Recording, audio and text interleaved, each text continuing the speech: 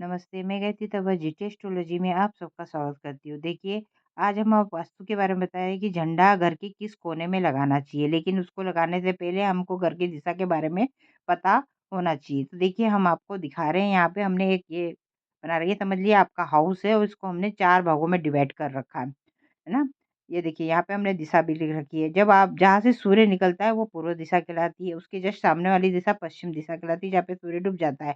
और उसके बाएँ हाथ की तरफ हमारे पता हम मुख सूर्य की तरफ करके खड़े हैं, तो हम है ना हमारे बाएँ हाथ की तरफ जो दिशा आएगी वो उत्तर दिशा आएगी और है ना दाएँ हाथ की तरफ जो दिशा आएगी वो दक्षिण दिशा आएगी। लेकिन आजकल कंपास की सहायता से भी आप मोबाइल में कंपास की सहायता से भी आप ये दिशा को निकाल सकते हैं। अब देखिए पूर्व दिशा के जो स्वामी होते हैं वो सूर्य होते हैं, ठीक है? और जो पश्चिम दिशा के स्वामी होते हैं वो शनि होते हैं। उत्तर दिशा के स्वामी कौन होते हैं? गणेश जी होते हैं। दक्षिण दिशा के स्वामी कौन होते हैं? मंगल होते हैं। अब हम आपको दिखाते हैं कि ये 4 दिशा तो हो चुकी, लेकिन इसके बावजूद ही जो ये बीच में हमने ये आपको ऐसा करके गोल करके दिखा रखा है, ये है ना आपके मतलब 4 को 8 दिशा में डिवाइड करते हैं। मतलब 4 दिशा तो ये होती है, इसके अलावा और 4 मिलके 8 दिशाएँ होती है। अब ये देखो, ये मतलब उत्तर और पूर्व का बीच का जो कोना होता है, उसे ईशान कोण कहलाते हैं। ईशान कोण कहते हैं। अब ईशान कोण में क्या होना चाहिए? जल होना चाहिए, छोटे-छोटे पेड़-पौधे आप लगा सकते हैं, तुलसी का पौधा भी आप यहाँ पे लगा सकते हैं।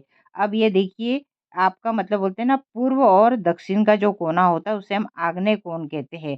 आग्नेय कोण से समझ में आ रहा है अग्नि की प्रधानता होती है, अतः यहाँ पे आप अपना गैस चूल्हा रख सकते हो, मिडिल पौधे यहाँ पे लगा सकते हो, गुलड़ का पौधा है, मनी प्लांट का पौधा आप कर सकते हो, लेकिन वो गमले में लगाना, यहाँ पे उसमें पानी अंदर नहीं जाना चाहिए, मतलब ज़मीन के अंदर पानी नहीं जाना चाहिए, और जाना चाहिए तो मैंने अपने एक वीडियो में बता रखा है कि उसमें आपको क्या उपाय करना चाहिए।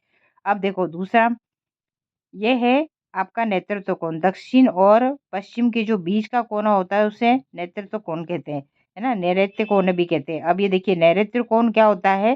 पृथ्वी तत्व को दर्शाता है और यहाँ पे आपको भारी-भारी सामान को रखना चाहिए। इसे राक्षस की दिशा भी कहा जाता है और है ना मंगल को पृथ्वी पुत्र भी कहा गया है। तो यहाँ पे आप भारी-भारी मतलब सामान रख सकते हो, जिससे आपके घर का मतलब जितने मतलब लोहे है ना, टंकी है भारी, मतलब लोहे का कोई भी सामान, अरमाली है, ऐसी भारी-भारी चीज़ें यहाँ पे रखोगे तो घर में सुख शांति और समृद्धि रहेगी।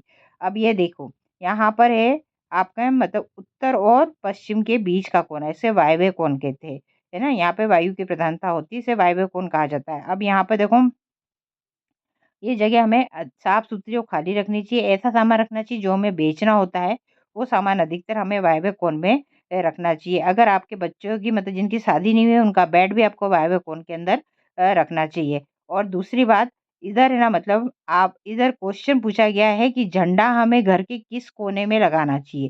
तो झंडा आपको वायव्य कोण में लगाना चाहिए।